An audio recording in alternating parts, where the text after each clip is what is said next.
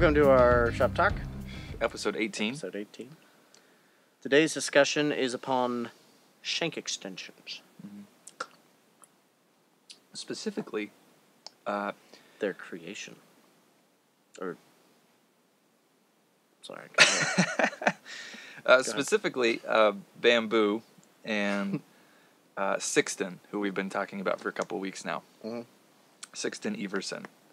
One of the things that Sixton did, among the many that he pioneered, was shank extensions and using them to get more out of a given block of briar. Because of the briar shortages of that time period. Mm-hmm. The mid-1900s. One of the things that they used was bamboo, although we were talking about this earlier, and we're not really sure why bamboo or where he got it. Yeah, that's kind of random. Denmark is cold, and bamboo generally doesn't do well in the cold. Yeah, I don't think of bamboo when I think of Denmark. Right. There are several kinds of bamboo, but the two main groups are the clumping and the running. The clumpers clump, and the runners be running. They send out roots. The roots quite far, and that's why they're called runners. They're invasive, which is why a lot of people are skeptical about bamboos. That's a whole we don't need to get into that. Right. But typically, the roots of a running bamboo are what is used for pipes. Because the knuckles grow closer together. Mm-hmm. They're just And they're kind of stronger. Mm-hmm. Bamboo is very resilient. Mm-hmm.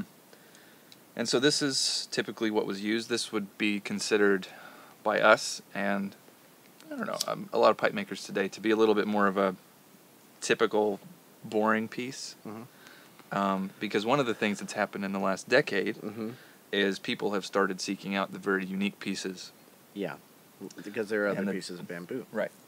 Here's a piece that would be really cool on a pipe. Same kind of runner, but not the kind that you can find that are consistently the same. It's very Right. unique. The spacing of the knuckles on this piece is just incredibly close, Mm-hmm. and that would make just a very unique pipe. Mm-hmm. So that's very valuable.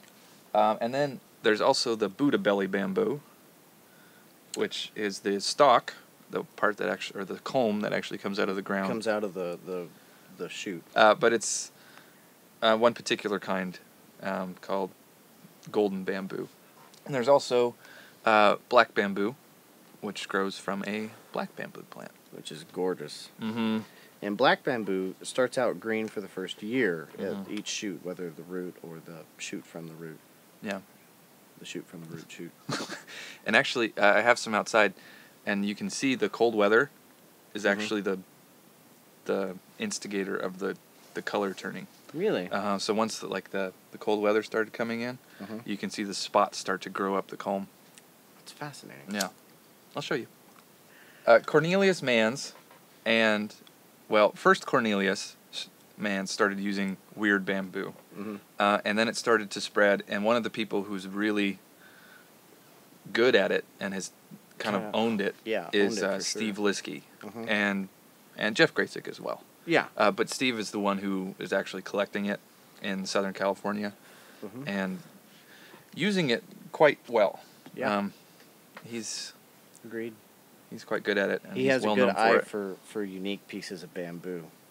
Actually, I would say Steve Liskey is probably one of the most Japanese of the American carpers. Yeah. Right. I He's think definitely more generally is Mhm. more Japanese Mhm. school, which we'll be discussing next week. Mhm.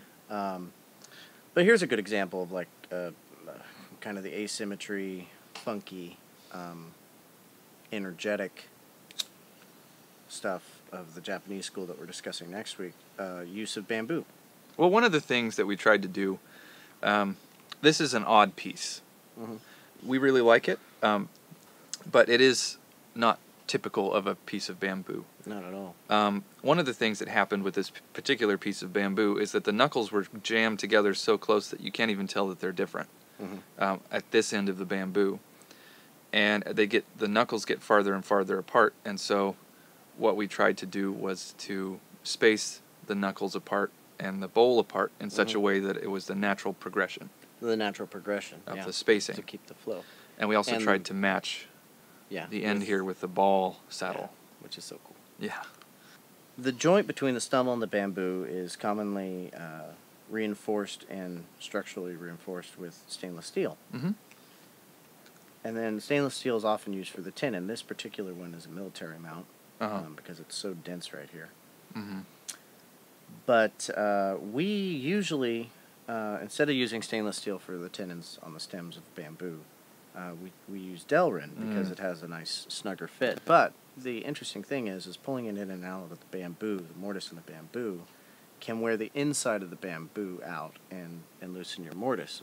But what we do is we actually do a reverse tenon with the Delrin so that the Delrin is fixed inside the bamboo, and then the ebonite just Fits over it. fits on the Delrin Mm-hmm. perfectly. So we find that to be a great means of a stem junction Mm-hmm. for both the pipe smoker and pure satisfaction of production on our end. Merry Christmas. And we'll talk to you next week. Yeah, in the new year.